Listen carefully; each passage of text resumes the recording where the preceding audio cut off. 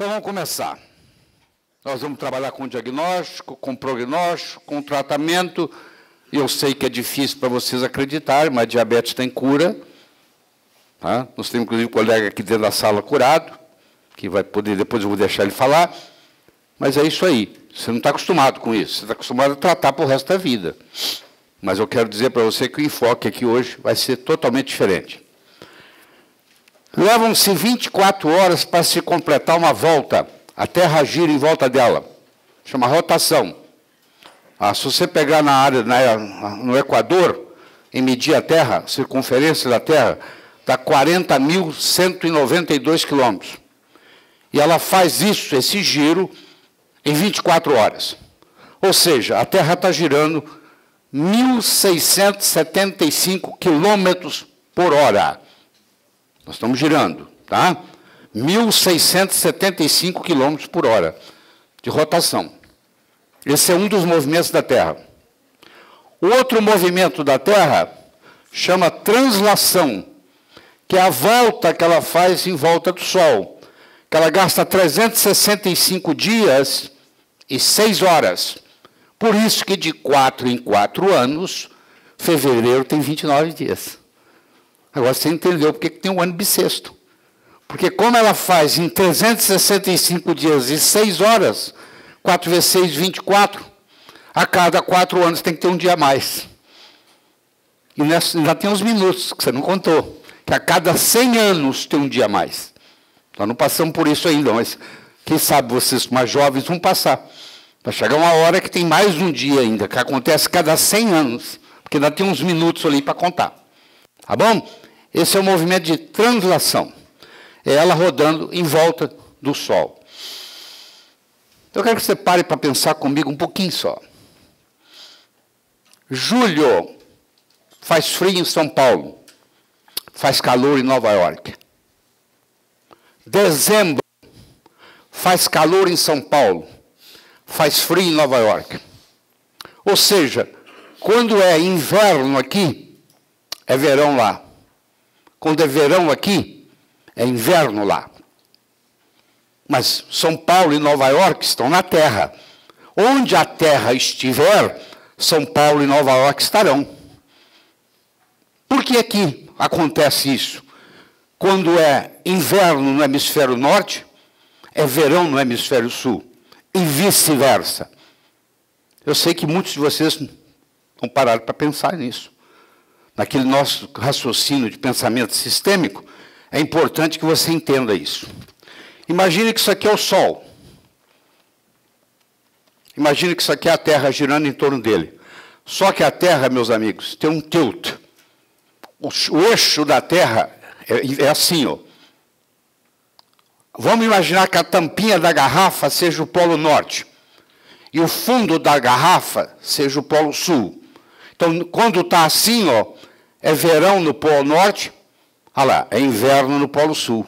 Quando isso aqui rodar para cá, ó, porque isso roda assim, ó, quando isso aqui rodar para cá, ó, o que era agora é inverno no Polo Norte e é verão no Polo Sul.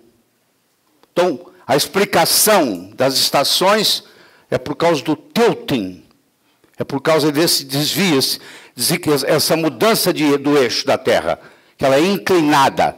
E essa inclinação permanece quando ela roda. Então, vocês estão vendo que a tampinha da garrafa está perto do Sol. Daqui 6 meses, a tampinha da garrafa está longe do Sol. Então, isso explica por que quando é verão em São Paulo, é inverno em Nova York. E vice-versa. Bom, está aqui a Terra girando a 107.000 quilômetros por hora em volta do Sol. De translação. Além disso, e isso é nada, comparado com a galáxia que está rodando. A galáxia Láctea está rodando o universo. E ela roda a 810 quilômetros por hora. Sem falar que o universo também está expandindo. Tem a expansão universal. Se nós estamos nos movimentando no espaço em uma velocidade superior a 918.675 km por hora. Eu não contei a expansão universal. Eu deixei de contar a expansão universal. Mas por que eu estou trazendo isso? Eu estou trazendo isso para mostrar para você que a nossa percepção sensorial é de que nós estamos parados. Eu acabei de provar para você que nós estamos andando, pelo menos, girando no espaço, pelo menos, a quase 1 milhão de quilômetros quadrados por hora. E a sensação que nós temos é que nós estamos parados. Não há percepção de que nós estamos girando. Os últimos 30 anos de regras nutricionais equivocadas estão causando uma epidemia de diabetes mais obesidade, que é o que você mais vê no seu consultório, sem a nossa percepção disso. Do mesmo modo que nós não percebemos que nós estamos girando no espaço a quase 1 milhão de quilômetros por hora, nós também não percebemos que o que os médicos indicam e os nutricionistas indicam para os pacientes estão adoecendo a população. Todo mundo que faz parte dessa orientação está doente. E nós vamos mudar isso. Tá? Porque diabetes era uma coisa raríssima. Raríssima. Então nós vamos estudar todos esses detalhes e espero provar para vocês que você pode curar. Ah, eu conheço um médico que cura diabetes. Todo médico tem a habilidade de curar diabetes. Isso não é privilégio de ninguém, não. Não é privilégio de ninguém. Ah, eu vou viajar porque eu vou conhecer um cara nos Estados Unidos que cura diabetes. Eu espero que todos vocês passem, a partir de hoje, a curar diabetes. Não é privilégio de ninguém, não.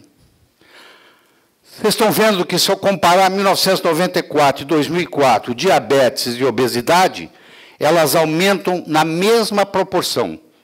Elas caminham de mãos dadas. Diabetes e obesidade caminham de mãos dadas. Há uma epidemia de diabetes e obesidade no mundo, principalmente nos Estados Unidos. Essas teriam a mesma causa? É o questionamento primeiro que eu faço para você. Será que a diabesidade é uma doença só? Que pode se manifestar na forma de diabetes? Ou pode manifestar na forma de obesidade? Ou pode manifestar duplamente com diabetes e obesidade? Se você olhar aqui, ó, com o passar dos anos, isso aqui é feito pelo CDC. Para quem não sabe o que é CDC, existe o Centro de Controle e Prevenção de Doenças nos Estados Unidos, na cidade de Atlanta, no estado da Geórgia, que controla todas as doenças nos Estados Unidos. O que está acontecendo com as doenças? Esses são os dados deles de 1994, 2000 e 2010. A obesidade aumentando nos Estados Unidos. A obesidade é considerado quando o índice de massa corpórea é acima de 30 quilogramas por metro quadrado. Você pega seu peso, divide pelo quadrado da sua altura, e se der acima de 30, você é obeso. Se for entre 30 e 35, é obesidade tipo 1. Se é 35 a 40, é obesidade tipo 2. E se é acima de 40, é obesidade mórbida, que é o requerimento, a exigência que se tem no SUS, para você operar, fazer uma cirurgia bariátrica, o paciente tem que ter um índice de massa corpórea acima de 40. O que acontece com o brasileiro, que ele vai lá, ele quer operar, ele tem um índice de massa corpórea de 37, o médico fala com ele que ele não se qualifica para a operação, ele fala, não tem problema, daqui a 3 meses eu volto. Ele agora vai fazer um regime de engorda. Já com índice de massa corpórea de 37, ele agora vai engordar para poder atingir o 40, para poder o SUS dar para ele a cirurgia. Então, você vê muita gente gorda, engordando, com a finalidade de conseguir a cirurgia. E você vai ver que o diabetes cresce na mesma proporção. Tanto é que a Organização Mundial de Saúde resolveu chamar de obesidade. Essa combinação de diabetes com obesidade. Deixa eu apresentar para vocês o Richard Bernstein. Richard Bernstein é uma figura extremamente interessante. Ele é um médico, ele tem 82 anos de idade, ele é diabético desde os 12. Ele teve diabetes tipo 1 com 12 anos, ele se formou em engenharia, foi engenheiro, e só em 1985 ele começou a praticar medicina. Ele foi para a faculdade, estudou, virou endocrinologista, e é um endocrinologista muito famoso. Aliás, ele é hoje o indivíduo com maior, diabético com maior longevidade no mundo. Era um japonês, até retrasado, que faleceu. Ele tem mais de 70 anos que ele é diabético. Isso é recorde mundial. Ele é médico, endocrinologista e recordista mundial de diabetes. Quer dizer, ele hoje não tem praticamente diabetes, mas ele continua cuidando. Então, ele conhece todos os meandros, porque ele teve diabetes tipo 1. Então, vou mostrar para você depois o livro dele. Se você realmente quiser saber Diabetes Solution, que é o nome do livro dele, você vai lá, um livro de 400 e poucas páginas, que tem a explicação de tudo sobre diabetes, porque não só ele ensina para os outros, como ele cuidou de si mesmo por 70 anos com diabetes tipo 1. Recordista mundial, o cara que de maior longevidade até hoje no mundo conhecido que tem diabetes, por mais tempo. Tá? Então, além dele ser médico, ele é paciente. Então, vamos respeitar muito, e eu vou citar muita coisa dele aqui nessa conversa. Ele diz o seguinte: 1 em cada 3 crianças nascidas nos Estados Unidos a partir do ano 2000 irá desenvolver diabetes durante a vida. Você vê que coisa absurda. 1/3 dos americanos estão caminhando para ser diabético. Isso é um problema muito sério, isso traz um custo para o país absurdo, uma queda de produtividade absurda, sem falar que o indivíduo com diabetes muitas vezes não tem a mesma habilidade intelectual do que um indivíduo sem diabetes. 25% dos americanos entre 65 e 74 anos são diabéticos tipo 2. E, por incrível que pareça, 25% dos adolescentes obesos americanos também são diabéticos tipo 2. Antigamente, tipo 1 era juvenil e tipo 2 era adulto. Hoje já não podemos fazer essa classificação mais, porque 25% dos adolescentes americanos têm diabetes tipo 2. Não espera nem chegar à idade adulta. Então, isso é um problema epidêmico muito sério, combinado com a obesidade. É muito difícil você atender um dia de consultório que não entre 1 ou 2, 3 pacientes no seu consultório com diabetes. Então, trate esse assunto com muito carinho, porque você vai ser muito útil para você a partir da segunda-feira. O genoma humano não sofreu modificações detectáveis nos últimos 20 mil anos. Nós temos o mesmo genoma da era paleolítica. Não mudou nada. O nosso genoma, o nosso DNA é o mesmo. Tá?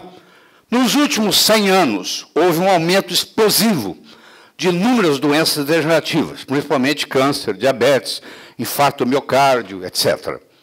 Bom, então você não pode culpar isso à genética, porque o genoma não mudou. Essas doenças não existiam.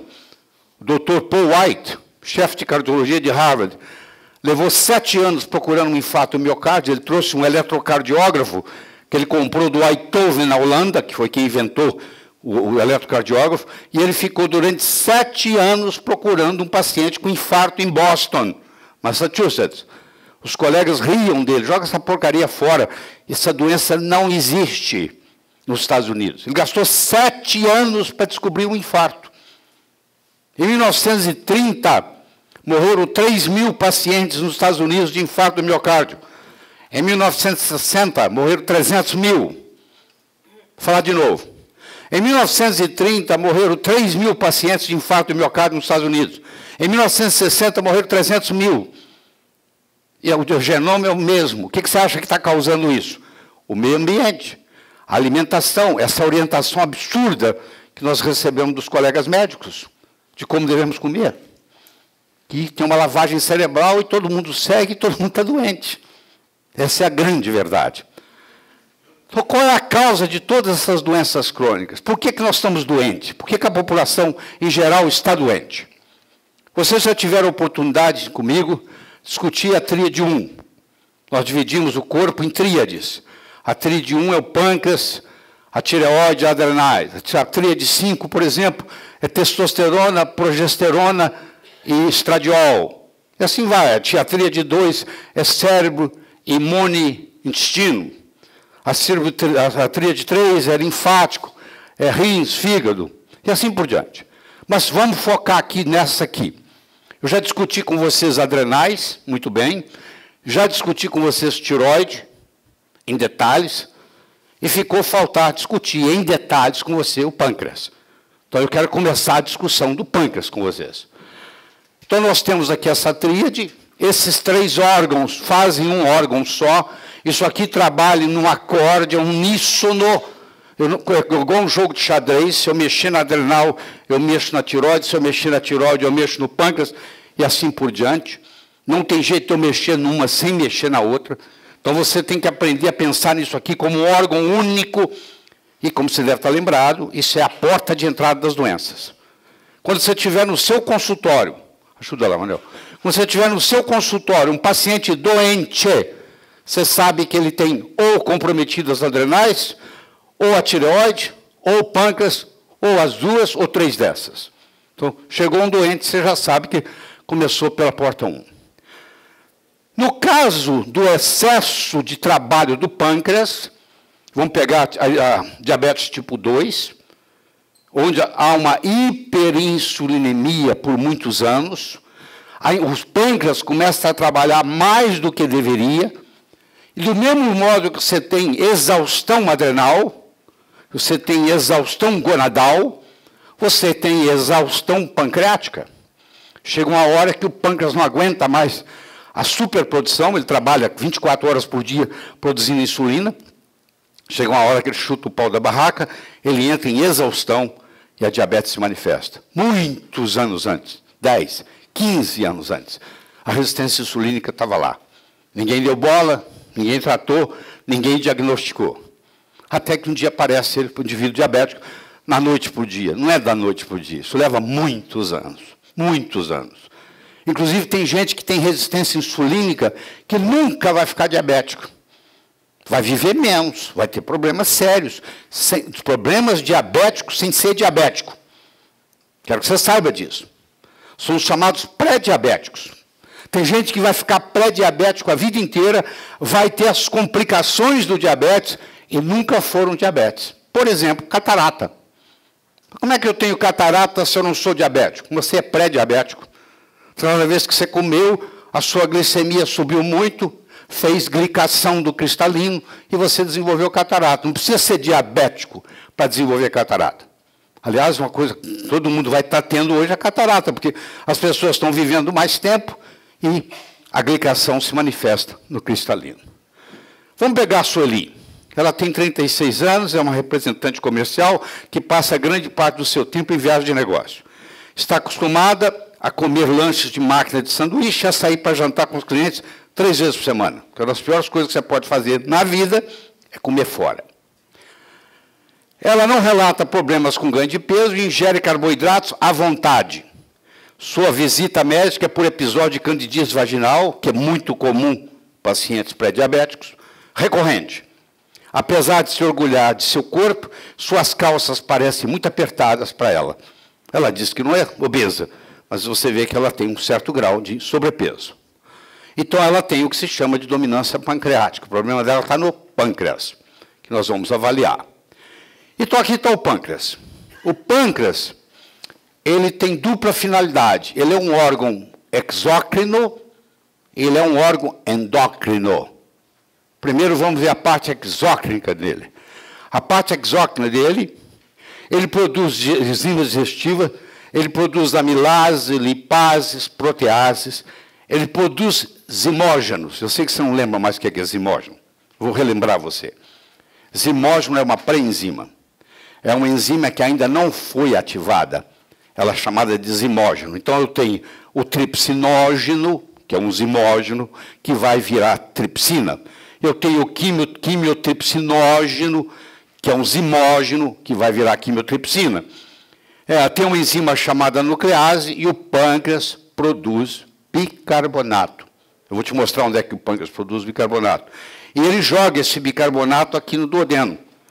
Enquanto o pH do estômago é 2, me acompanha aqui que isso é fundamental para você entender.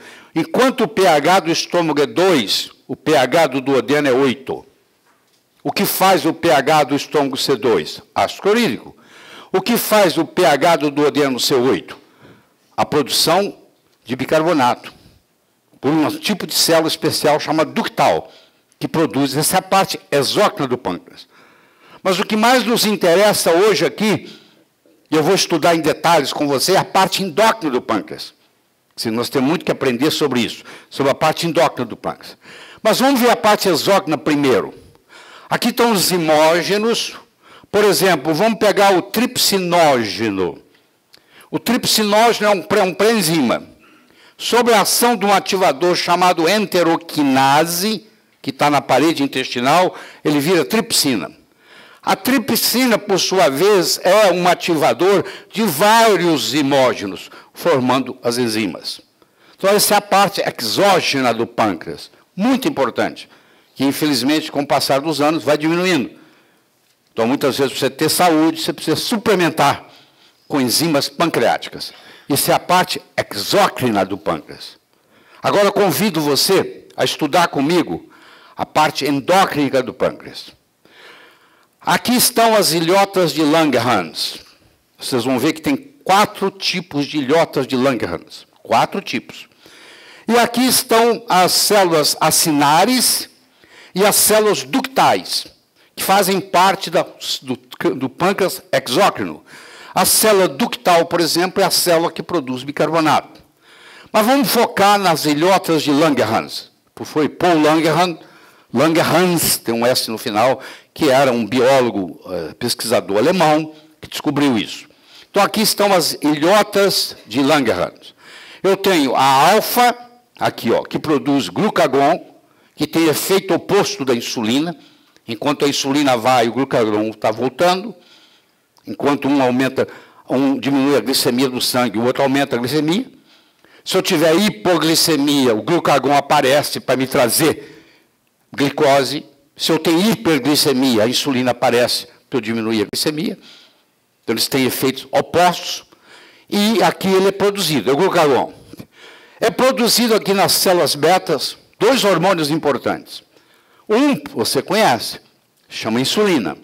E o outro eu não apresentei para você ainda, chama amilina, que muitos de vocês vão conhecer pela primeira vez. Daqui a pouco a gente fala dele. Eu tenho as células delta, que são essas azulzinhas compridinhas aqui, ó. Cada um tem um formato, vocês estão vendo aí, que produz um hormônio somatostatina. Não é só o pâncreas que produz somatostatina. A nossa adenohipófise produz somatostatina. Quando você estudar o hormônio comigo, e você estudar o hormônio do crescimento, eu vou mostrar para vocês que tem gente que libera muita somatostatina e que bloqueia a liberação do hormônio de crescimento. Então, isso é a somatostatina. O pâncreas também produz somatostatina, que pode inibir tanto a produção de glucagon quanto a produção de insulina. Eu tenho aqui as células chamadas, antigamente, até uns 4 anos atrás, nós chamávamos essas células de célula F. Hoje mudou o nome, chama célula PP. Por que PP? Porque é o polipeptídeo pancreático. Então, elas têm uma ação importante no metabolismo, nós vamos ver depois, que é as células PP. E agora eu quero apresentar para vocês a amilina. A amilina é um hormônio também produzido pelas células beta das ilhotas de Langerhans, que vai provocar saciedade, vai retardar o esvaziamento gástrico e vai estimular a produção de insulina. Quando nós estudamos Victoza, quando nós estudamos Bieta, esses remédios novos para diabetes, vocês vão ver que eles atuam via amilina. Tá? Então, nós vamos ver isso quando chegar lá no final, lá na terceira hora de aula. Tá? E eu quero chamar a atenção de vocês para isso aqui. Paciente com glicemia de jejum. Aí aqui tem uma coisa importante. O jejum, para você medir a glicemia, não é 12 horas. Isso é um erro pré-analítico que a maioria dos médicos cometem, mandando os pacientes fazer exame de glicemia no laboratório. Se eu fizer um jejum de 12 horas, essa glicemia já não é a glicemia em jejum conhecida. Essa é uma glicemia de 12 horas. A glicemia que você tem dos laboratórios tem que ser feito 8 horas. O lipidograma tem que ser 12. Mas para você ver triglicérides. Mas para ver glicemia, tem que ser 8. O que eu quero dizer com isso? Pode ser que você tenha hiperglicemia, mas o seu exame de jejum não deu, porque você ficou 12 horas sem comer. Se você tivesse ficado só 8 horas sem comer, ia mostrar que você já tinha hiperglicemia. Como você tem esse erro pré-clínico, pré-analítico, chamado, você não sabia desse detalhe, muitos pacientes seu que já está com a glicemia aumentada em jejum, não mostra, porque ele ficou 12 horas sem comer. Detalhezinho importante, mas fundamental para você entender tudo isso. Bom, deixa eu trazer os números para cá, para a gente poder facilitar o nosso raciocínio. Eu tenho aqui a pessoa normal, eu tenho aqui a pessoa pré-diabética, eu tenho aqui a pessoa diabética. A pessoa normal, pela Associação dos Diabéticos, Associação American Diabetic Society, Associação dos Diabéticos Americanos, ele diz que tem que ser a glicemia em jejum tem que ser menos de 100. E a glicemia, depois de uma prova de tolerância à glicose, tem que ser menos de 140. Isso é uma pessoa, entre aspas, normal. Não é otimizado, mas é normal. Isso é que a medicina aceita. A medicina diz assim, numa glicemia, uma glicemia depois de 8 horas de jejum, ela tem que estar menos de 100. Se você der 75 gramas de glicose em 300 ml de água e mandar a pessoa tomar isso, e marcar 2 horas, e fizer até 2 horas, faz com 30 minutos, com 1 hora, com 2, tem que dar menos de 140. O máximo que pode dar é 139. E o máximo que pode dar aqui é 99. Por outro lado, se a minha glicemia em jejum estiver acima de 125, ou a minha glicemia, depois de uma prova glicêmica de tolerância à glicose, estiver acima de 199, eu estou diabético. Então, é fácil você guardar. Aqui eu sou normal, aqui eu sou diabético. O que ficar no meio é pré-diabético. É só você fazer o cálculo na hora. O que é o pré-diabético? É o que está entre 100 e 125. Aqui. E está entre 140 e 199 aqui. Esquece o pré-diabético, senão você não guarda nada. É preciso você guardar isso na cabeça. Você não pode ser um médico para você olhar. Você tem que falar assim, ó, o paciente para estar normal, ele tem que ter menos de 100 em jejum e menos de 140 na curva glicêmica. A qualquer momento da curva glicêmica. E se ele, para determinar que ele é diabético, eu vou fechar o diagnóstico. Se ele tiver uma glicemia em jejum de 125, mais de 125, ou seja, 126 para frente, e a qualquer momento que eu fizer uma curva glicêmica, aparecer nele, nas próximas 2 horas, uma glicemia acima de 200 para cima, acima de 199. Isso caracteriza. Então, eu tenho normal, eu tenho pré-diabético, eu tenho diabético. Como eu disse, muitos pacientes seus vão ficar a vida inteira aqui, ó, e vão morrer mais cedo. Porque você não entende o valor do pré-diabético. Porque como eles estão preocupados com isso aqui, que já é muito, você fica esperando chegar aqui para cuidar. Enquanto isso, eles ficam a vida inteira aqui, a proteína, a hemoglobina glicosilada está alta, eles têm todos os problemas de glicação, envelhece a pele, enruga mais cedo, morre mais cedo, tem mais infarto, e nunca foi diabético. Foi a vida inteira pré-diabético. Bom, voltando aqui, vamos lá. Então, eu tenho a parte exócrina, essa amarelinha, que é onde estão as células acinares, são as células que produzem as enzimas digestivas, lipase, amilase, protease, e as células ductais, que produzem o bicarbonato. Depois nós podemos explicar o mecanismo por que tem que produzir bicarbonato. Bom, então, o nosso pâncreas endócrino, ele produz glucagon nas células alfa, ele produz insulina nas células beta, ele produz amilina nas células beta, ele produz somatostatina na célula delta, e ele produz o polipeptídeo pancreático nas células antigamente chamadas de F, hoje chamada de PP. O nosso pâncreas endócrino, ele tem 4 tipos de células, 5 hormônios, que nós precisamos guardar. Glucagon, insulina, amilina, somatostatina e PP. Bom, agora você começou a ter a base para começar a acompanhar o raciocínio. Tudo tem que começar da base. Se você não entender isso aqui, você não acompanha. Agora você entendeu a base do pâncreas endócrino. Nós agora vamos começar o processo. Bom, vamos começar pela glicemia e pela insulinemia. A glicose e a insulina no sangue, depois de 8 horas de jejum, não é 12 não, é 8, depois de 8 horas de jejum. Eu tenho aqui o meu sangue, quanto que eu tenho de sangue? Depende do meu tamanho, depende do meu volume, mas em torno de 5 litros. Média, se nós fizermos a média nossa aqui, vai dar 5 litros, pode ser 3,5 a 7. Mas se você fizer média, um ser humano adulto, médio, tem 5 litros de sangue. Ora, se eu tenho 5 litros de sangue, e eu posso ter, no máximo, 100 miligramas por decilitro de plasma, você vai ver que eu tenho mais ou menos 5 gramas de açúcar no sangue. Então, eu tenho mais ou menos uma colher de chá de açúcar no sangue, circulando. Mais ou menos uma colher de chá de açúcar no sangue. Então, a colher de chá são 5 gramas. Eu tenho mais ou menos 5 gramas de açúcar no sangue. Se eu somar o meu sangue todo. Quando eu aumento a insulina, eu aumento a resistência insulínica. Se eu puser um barulho aqui alto, começar a te incomodar e eu deixar o barulho, quando chegar no final do dia, você já não escuta o barulho mais. O seu cérebro faz uma adaptação para o barulho não te perturbar.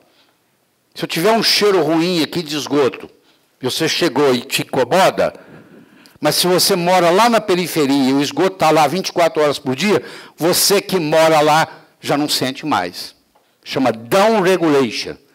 Todas as vezes que eu estimulo um receptor constantemente, ele faz um down regulation. Se eu começar a aumentar a minha insulina, eu aumento a resistência insulínica. O que causa a resistência insulínica? Aumento da insulina. Aumento da insulina causa resistência insulínica, que causa aumento da insulina, que entra num ciclo vicioso e vai terminar no diabetes. Então eu sei que é difícil você entender, mas vai entender agora. Insulina causa diabetes. Põe isso na cabeça. Insulina causa diabetes. Eu não estou falando do diabetes tipo 1. Eu estou me referindo àquela que é 96%, 97% da população que é diabética tem. Raramente se encontra no seu consultório uma diabetes tipo 1. Esquece a diabetes tipo 1, deixa para o pediatra. Vamos conversar com o que você recebe, que é a diabetes tipo 2, que chega a ser 97% dos diabéticos tipo 2. Diabetes tipo 2, quem causa é a insulina. Insulina é uma causa de diabetes. Põe isso na cabeça. Eu sei que nunca foi apresentado para você desse jeito. Quando eu aumento a insulina, automaticamente eu diminuo o glucagon e diminuo o hormônio de crescimento. Isso, vão junto. Aumentou a insulina, diminuiu o glucagon. Aumentou o glucagon, diminuiu a insulina. E o hormônio de crescimento vai junto.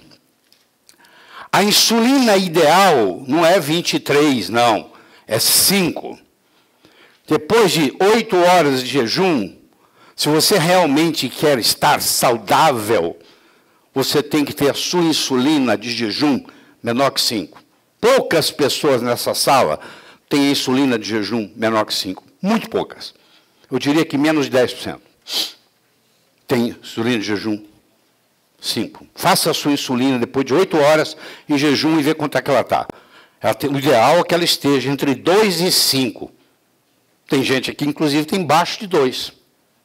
Uma pessoa que é magra e não consegue engordar, ela tem deficiência de insulina. Geneticamente, ela produz pouca insulina. Você faz igual uma pessoa que não engorda com nada. Você agora sabe como engordá-la. Dá insulina para ela. Você dá 4 unidades de insulina, nós vamos discutir isso depois. Subcutânea, ela vai ter mais fome. E ela precisa da insulina, é anabolizante. Ela engorda. Ela é lipogênica. Então, se eu tenho muito baixa insulina, eu não consigo engordar. Se eu tenho muita insulina... Oi, tudo bom? Que bom. Se eu tenho muita insulina, eu engordo com facilidade. Então, todas as pacientes que querem engordar e não conseguem, você aprendeu já o caminho. Essa pessoa tem que receber insulina. Bom, deixa eu conversar com você sobre a estimativa OMA, que alguns de vocês conhecem, muitos não conhecem. A estimativa OMA é quando eu pego a minha glicemia, multiplico pela minha insulinemia, eu meço a minha glicemia depois de 8 horas, eu meço a minha insulina depois de 8 horas, eu multiplico uma pela outra e divido por 22,5. Se eu multiplicar uma pela outra e dividir por 22,5, eu calculei uma coisa chamada estimativa OMA, que para você ser saudável, você tem que ter menor que 1,27. 97, desculpa, 1,97. Esse é o limite da saúde. Outra vez, a maioria dos seus pacientes não tem isso. Geralmente, eles têm mais elevado. Então, você multiplica a glicemia pela insulinemia e divide por 22,5. Tá? É mais complexo do que isso, porque eu vou mostrar, porque você tem que fazer uma transformação de unidades. Vou mostrar no minuto. Tá? Então, aqui, vamos pegar aqui. A partir de 1998, a Associação Americana dos Diabéticos, a ADA, American Diabetic Association, mudou a regra do jogo. Então, desde 98 que isso mudou. Isso chegou na Faculdade de Medicina, não tem 10 anos. Desde 98 que isso mudou. Tá?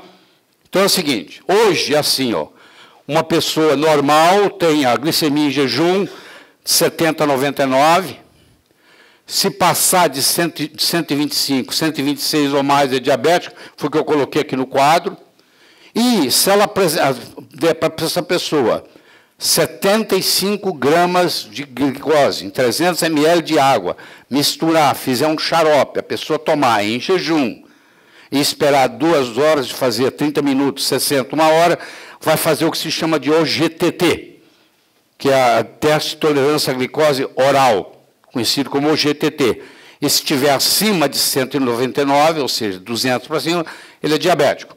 Tem que estar menos, olha lá, eu coloquei para você, ó, tem que estar menos de 140, pode ir até 139. Então, às vezes você guardar isso aqui, eu recomendo você guardar isso aqui. Ó. O normal é menos de 100, e depois da OGTT, menos de 140, e, para ser diabético, o diagnóstico fecha se tiver mais de 125 em jejum, e mais de 199 depois do teste de tolerância à glicose, que é 75 gramas de glicose em 300 ml de água tomado de uma vez. Muito bem. Está aí. Ó. Ficou claro isso? Muito bem. Teste de tolerância à glicose, solução de glicose, 75 gramas de glicose em 300 ml de água. A diabetes, quando é mais de 125 em jejum e mais de 199 2 horas após o GTT. Esse é o padrão da ADA, que é a Associação Americana. Se a pessoa não está doente, sem doença, não quer dizer que está saudável não, tá? Não estar doente não é sinônimo de estar saudável. Sem doença, ela tem que ter menos de 100 em jejum e menos de 140 após qualquer momento, até 2 horas do teste de tolerância à glicose. Muito bem. Deixa eu conversar com você sobre índice glicêmico. Uma coisa é índice glicêmico, a outra coisa é carga glicêmica. Índice glicêmico é o seguinte, o quanto que a glicemia vai subir depois que eu ingerir 100 gramas desse alimento. Isso é índice glicêmico. O índice glicêmico se divide em 3, baixo, médio e alto. Se o índice glicêmico for menos de 55% do padrão ouro, que é a glicose, que é 100%, eu tenho um alimento com índice glicêmico baixo. Se ele tem um índice glicêmico de 56, 69, ele é médio. E se ele tiver um índice glicêmico acima de 70, ele é alto. E eu tenho uma coisa chamada carga glicêmica. A carga glicêmica, menos que 10, ela é baixa, de 11 a 19, ela é média, e acima de 20, ela é alta, que é o que realmente interessa. Vou dar um exemplo para você. Vamos pegar a melancia. A melancia tem um índice glicêmico de 72. Se você olhar aqui o índice glicêmico da melancia, você vai dizer, mas a melancia não pode ser ingerida porque ela tem um índice glicêmico alto. Mas em compensação ela tem 4 de carga glicêmica. Eu multiplico 72 vezes 4, dá o total. Você vai ver que ela é melhor do que a maioria dos alimentos. Então, apesar da melancia ter um índice glicêmico alto, como ela tem uma quantidade de açúcar pequena, proporcional em 100 gramas, ela é um alimento saudável. Então, primeira desmistificação que nós temos que fazer. Não, você não pode ir só pelo índice glicêmico, você vai quebrar a cara. Eu vou te mostrar que você vai quebrar mais a cara ainda na hora que eu mostrar aqui os exemplos. Então, você entendeu o que é índice glicêmico, que a carga glicêmica é a quantidade de glicose contida em 100 gramas daquilo que você vai comer. E quando você multiplica um pelo outro, vai dar o fator que vai ajudar ou prejudicar. Então, aqui, por exemplo, a glicose é padrão, não é sacarose, não. Sacarose é açúcar de mesa. Sacarose é glicose mais frutose. Eu tenho que usar a glicose pura. A glicose pura, o índice glicêmico é 100. A batata assada é quase igual a glicose, aqui é 93. O abacaxi é 66, a banana é 55. A batata doce é 54, a laranja é 44, a maçã é 38. O leite é 27. Eu não estou recomendando leite, estou dizendo desse ponto de vista de índice glicêmico, ele é 27. Sob esse parâmetro. Muito bem. Eu vou apresentar para vocês aqui 4 alimentos. Eu vou apresentar uma banana, eu vou apresentar uma barrinha dessa de chocolate Snickers, vou apresentar para você uma colher de sopa de açúcar refinado, sacarose, e vou apresentar para você uma fatia de pão integral. Imagine que caísse na prova, você tinha que colocar em ordem qual é o alimento que tem menos índice glicêmico e qual alimento que tem mais índice glicêmico. Então, deixa eu ajudar você aqui. O índice glicêmico da banana é 54. O índice glicêmico do Snickers é 55. Você deve estar lembrado, que eu vou mostrar de volta aqui, só para você ver, ó, 55 aqui, ó. 55 é índice glicêmico baixo. Então, você vê que índice glicêmico não é critério para nada. Isso aqui é um junk food e o índice glicêmico dele é 55, é baixo. A sacarose não é a glicose é 100. A sacarose, o índice glicêmico dela é 68. E a fatia do pão é 71. Já está alto. Então, olha só, do ponto de vista de índice glicêmico, uma fatia de pão é pior do que açúcar puro. Que é pior do que esse Snickers. Que é pior do que a banana. Mas eu não posso levar em consideração só o índice glicêmico. Eu tenho que levar em consideração a carga glicêmica e os outros ingredientes presentes lá, porque aqui pode ter um conservante que seja veneno. Então, eu não posso usar só isso. Mas é comum, no tratamento do diabetes, o médico orientar para ele que ele não coma produtos com alto índice glicêmico, que faz sentido. Tá? Aqui tem um bagel. Quanto de açúcar há em um bagel? Para surpresa de vocês, 21 gramas. Que é 4 vezes a quantidade de açúcar que você tem no sangue. Um bagel tem 4 vezes a quantidade de glicose que você tem no sangue. Parece um inocente de um bagel. Como 3. Entendeu? Parece inocente. Olha a quantidade de glicose que tem. Isso é que tem que ser explicado para o paciente. Tá? Quanto mais curta a cadeia do carboidrato, mais doce será o seu sabor e maior será o seu índice glicêmico. Dr. Richard Bernstein, eu prometi para vocês que eu vou trazer o nome dele várias vezes aqui, porque não só ele é médico, endocrinologista, como é o recordista mundial, o cara que mais tempo tem com diabetes. Tem mais de 70 anos que ele é diabético, diabetes tipo 1. É a maior sobrevivência no mundo registrado de diabetes tipo 1 no mundo, é ele. Ele começou como engenheiro depois que ele fez medicina. Ele começou a praticar medicina em tecnologia a partir de 85. Todas as bebidas alcoólicas, com exceção do gin e da vodka, têm um índice glicêmico alto. Então o paciente pergunta, doutor, posso tomar? Você é diabético? Então só o gin e a vodka que tem índice glicêmico baixo. Estou aconselhando você tomar também não. Eu estou dizendo que tem índice glicêmico baixo. Todas as outras têm índice glicêmico elevado. Vamos entender esse mecanismo aqui. A glicose chegou no sangue. De onde que ela vem? Você ingeriu ela. Se você ingere açúcar, sacarose, vira glicose e frutose. Ela pode vir de proteínas. Esse é outro detalhe que muitos médicos não entendem. Que no fígado, no intestino e nos rins, proteína vira glicose. Principalmente os chamados aminoácidos glicogênicos, que nós vamos estudar no minuto. A glicose, a curto prazo, ela é armazenada na forma de glicogênio, no fígado e no músculo. A longo prazo, ela é armazenada na forma de triglicérides, principalmente no tecido adiposo. No fígado também. Aí chama o fígado gorduroso. De onde veio o fígado gorduroso? Não é de gordura, não. Não é que você comeu gordura, não. Você ingeriu carboidrato. Carboidrato leva a fígado gorduroso. Carboidrato em excesso leva a esteatose hepática, que é a doença que mais cresce no mundo hoje. Porque todo mundo está ingerindo carboidrato demais. Então, esse glicogênio vai para o fígado e vai para os músculos. Nós temos mais ou menos em torno de 2.000 calorias de glicogênio armazenado no corpo. Só para você ter uma ideia, você tem mais ou menos 40.000 calorias de triglicérides armazenados no corpo, sem ser obeso. Um atleta, ele tem 40.000 calorias de triglicérides armazenado e ele tem apenas 2.000 calorias de glicogênio armazenado. Tá? E aqui, a glicose vai virar gordura. A curto prazo, a glicose vira glicogênio. A longo prazo, ela vira gordura. E o glucagon faz o contrário da insulina. A insulina faz a glicose virar glicogênio e o glucagon faz uma coisa chamada glicogenólise. O que é glicogenólise?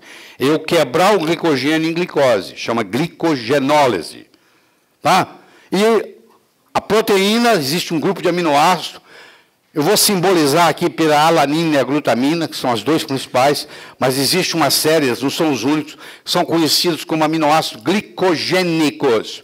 Eles podem ser transformados em glicose. Ou seja, um paciente diabético mal orientado, que o médico diz para ele que ele pode comer a quantidade de proteína que ele quiser, que é mentira, ele passa a comer muita proteína e ele passa a ter a glicose elevada. Ele fala, doutor, como é que pode? Eu não como carboidrato e a minha glicemia está alta. Por quê? Porque ele está comendo muito aminoácido glicogênico. Que é um detalhezinho que o médico tem que saber que proteína também vira glicose. Então, eu também tenho que se maneirar o tipo de proteína e o tipo de aminoácido que eu estou dando. Tá? E a gordura pode voltar a ter glicose. Então, a glicose aqui, ela pode vir exógena, você comeu ela pode vir da proteína, ela pode vir do glicogênio, ela pode vir da gordura. Não se preocupe, não vai faltar. Não existe carboidrato essencial. Existe ácido graxo essencial, linoleico, alfa-linolênico. Existem aminoácidos essenciais, leucina, valina, isoleucina, lisina, fenilalanina, treonina, metionina e triptofano. São os aminoácidos essenciais, mas não existe carboidrato essencial. Carboidrato você não precisa ingerir. O corpo faz para você, a hora que ele quiser. Isso é que você tem que pôr na cabeça. Eu não preciso ingerir carboidrato. O meu corpo sabe como fazer carboidrato da proteína, ele sabe como fazer o carboidrato da gordura. Isso aqui é fundamental para você entender no consultório. Tá? Então, o fígado pode produzir todo o glicogênio necessário a partir de proteínas. Dorme com essa. Pode produzir tudo a partir de proteínas. Bom, se eu tenho a glicemia elevada, picou-glicou, eu faço um fenômeno chamado glicação. Todas as vezes que uma proteína se junta com açúcar e calor nós já temos, 36,6 é a nossa temperatura corporal, então junta a minha proteína, que no caso é a hemoglobina, que está carregando o meu oxigênio, e eu vou e faço um almoço, onde eu como muito carboidrato, a minha glicemia sobe, eu entro num quadro diabético durante aquele período. Tem gente que é diabética 5 horas por dia, porque não sabe comer, ingere carboidrato demais no almoço ou no jantar, e sobe a glicemia. A glicemia sobe. Aí ela junta, forma os produtos avançados de glicação, que é chamado de AGE. Esses produtos avançados de glicação, eles têm um receptor, que é chamado RAGE. Esse receptor estimula uma coisa chamada NF-kappa-beta, que é um fator de transcrição para citocinas inflamatórias. Tudo aquilo que estimula o NF-kappa-beta provoca inflamação. Tudo aquilo que bloqueia o NF-kappa-beta trata inflamação. Então, isso aqui produz inflamação. Essa inflamação agora faz você ter um envelhecimento acelerado, mesmo não sendo diabético. Se eu como carboidrato demais, mesmo não sendo diabético, eu envelheço mais prematuramente, porque esses AGEs dão cross-link e fazem ruga na pele. Bom, então a proteína juntou com o aminoácido aqui, ó. Proteína, a parte do NH2, da proteína, do aminoácido, juntou com a glicose e calor, fez uma coisa chamada base de Schiff, que é também conhecido com o nome de azometina. A base de Schiff leva ao composto de Amadori. O composto de Amadori leva ao composto de Maillard. Isso agora é irreversível.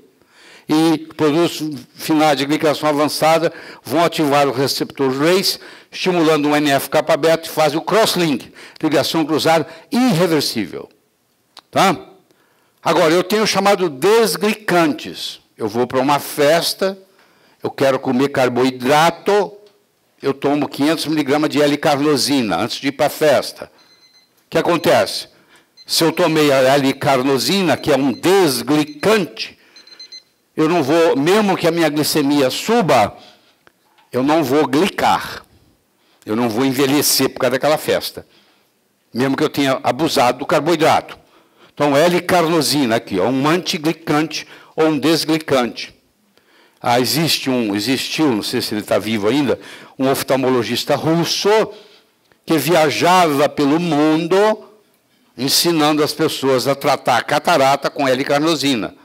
Ele fez um colírio a 1% de L-carnosina, que não é farmácia de manipulação comum que faz, você tem que procurar uma farmácia de manipulação que trabalha com injetável, porque as farmácias de manipulação que não trabalham com injetável são proibidas de fazer isso, porque isso é estéril, é igual injetável, tem que ser farmácia que trabalha com produto estéril. Então, elas fazem para você um colírio, L-carnosina, 1%, uma gota em cada olho, até acabar a catarata. Então, ele mostrou, esse oftalmologista russo viajava num navio, um navio de tratamento, de médico, ia mostrando para as populações das ribeirinhas como tratar a catarata usando a L-carnosina. Ele fornecia o remédio de presente. Entendeu? Então, isso é um desglicante. Deixa eu perguntar, professor, a sensação de fome após você comer proteína, o senhor está falando que comer muita proteína, né, vira o açúcar, né, o organismo. O que a gente pode fazer? O paciente come a proteína e não satisfaz. A fome a proteína virar glicose não é imediato. Isso gasta 3, 4 horas às vezes. Entendeu? Não é uma coisa imediata. Tá bom? O que a gente poderia fazer? Você tem que usar proteína que não tem aminoácidos glicogênicos, tá? Ou você pode usar, nós temos o Mix Right, que é a opção que você tem, que não dá isso aí. Entendeu? Então, aqui está um dos valores do Mix Right. Você pode dar o Mix Right para o diabético à vontade, 2 a 3 envelopes por dia, sem problema nenhum, que não vai ter nenhum problema de glicação. Tanto é que você vai medir, você vai ver que não aumenta a ureia, não aumenta a creatinina, não aumenta as transaminases hepáticas e não aumenta a hemoglobina glicada. Era para ser chamada de glicada, mas a maioria chama de glicosilada. Os dois termos estão certos. O ideal, existe um clube nos Estados Unidos chamado Clube dos 5%. São pacientes diabéticos que procuram manter a hemoglobina glicosilada em torno de 5%. Por isso chama Clube dos 5%. Sei lá, tem milhares de pessoas. E cada um dá a dica para o outro, como é que faz para não subir. Porque a hemoglobina glicosilada, ela vira uma peça inútil, que não carrega mais oxigênio, ela vai viver 120 dias, como ela vive, mas vai ficar ali inútil. É uma peça velha circulando no seu sangue, sem nenhuma utilidade.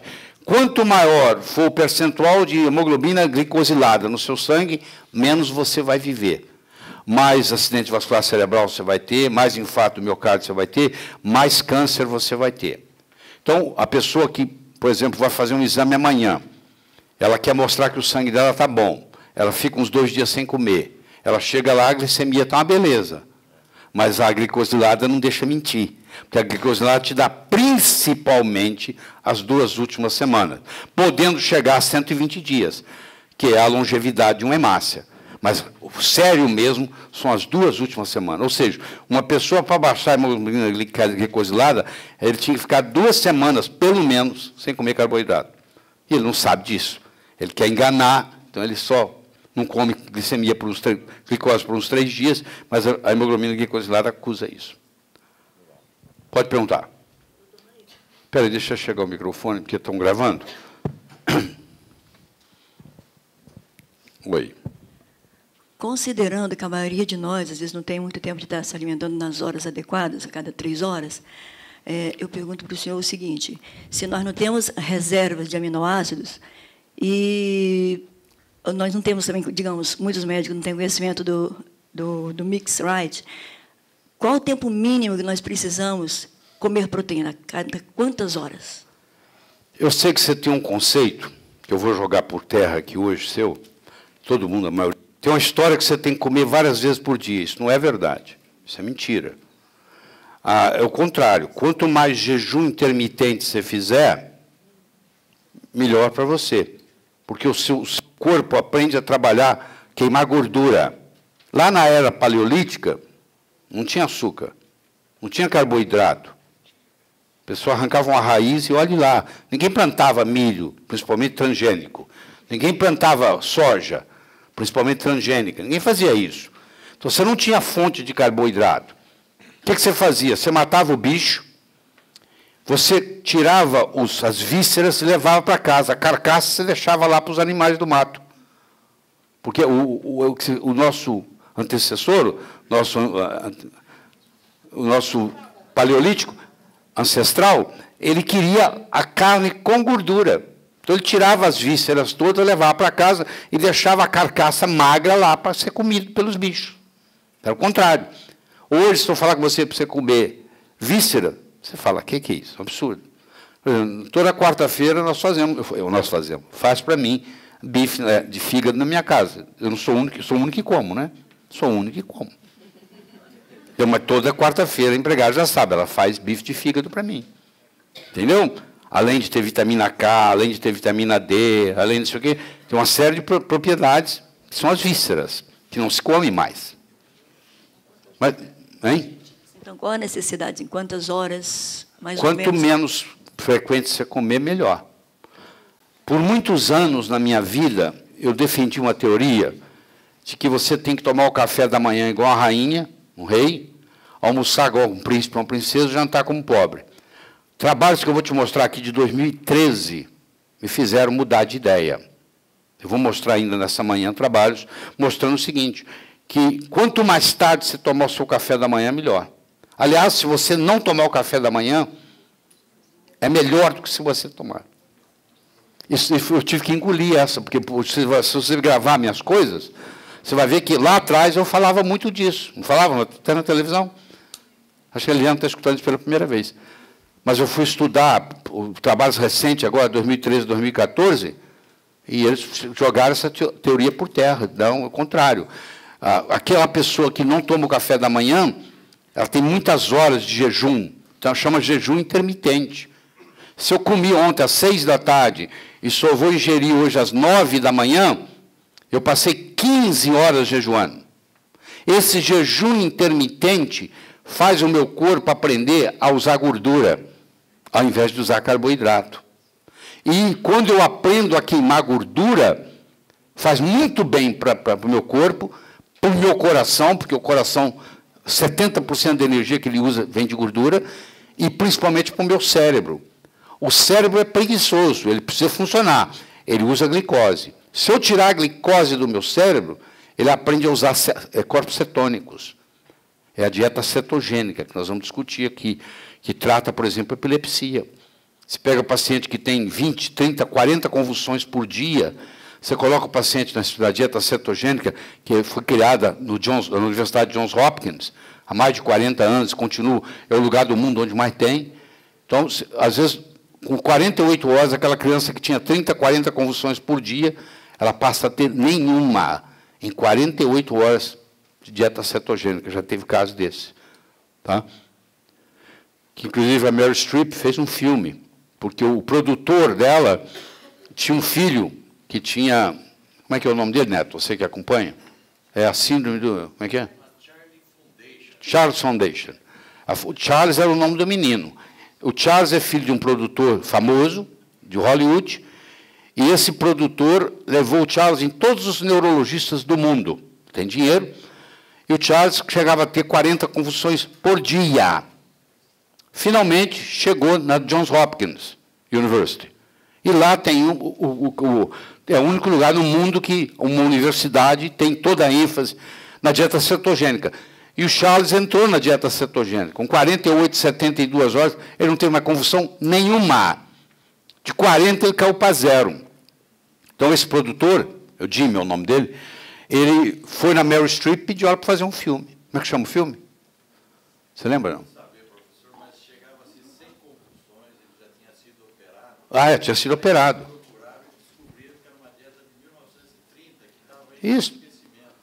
Mas no Johns Hopkins nunca teve nem esquecimento. Vem gente do mundo inteiro para o Johns Hopkins para aprender a dieta cetogênica. Se você entrar no Amazon.com, deve ter uns 10 livros bons sobre a dieta cetogênica. Inclusive, vou mostrar caso aqui. Mas, então é isso. É o filme, como é que chama o filme que a Meryl Streep? A Meryl Streep fez de graça. Tudo pelo seu filho em português. Tudo pelo seu filho. Então você procura no YouTube que você vai encontrar a Meryl Streep fazendo o filme, tudo pelo seu filho. Que é mostrando isso. Ela fez, inclusive, sem cobrar nada. Que era amigo dela, e eles fizeram uma campanha que é a dieta que cura o diabético. O diabético você cura com dieta cetogênica, porque se você der dieta cetogênica para o diabético, ele não produz insulina. Ele não tem carboidrato para produzir insulina. Se ele não tem insulina, ele não tem resistência insulínica. Ele é curado.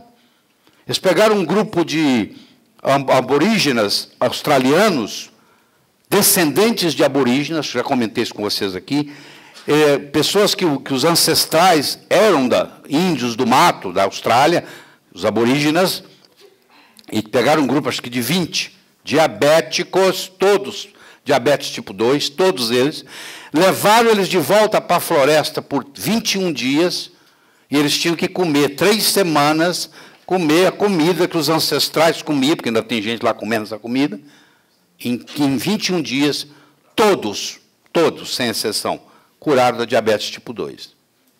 Diabetes tipo 2 é uma doença nutricional. Não se cura doença nutricional com remédio. Cura-se com nutrição. Então, essa é a mensagem que você vai ter que aprender aqui. Nenhum remédio resolve o problema do diabetes. O que resolve o problema do diabetes é uma doença nutricional que vai ser curada com abordagem nutricional. Ponto.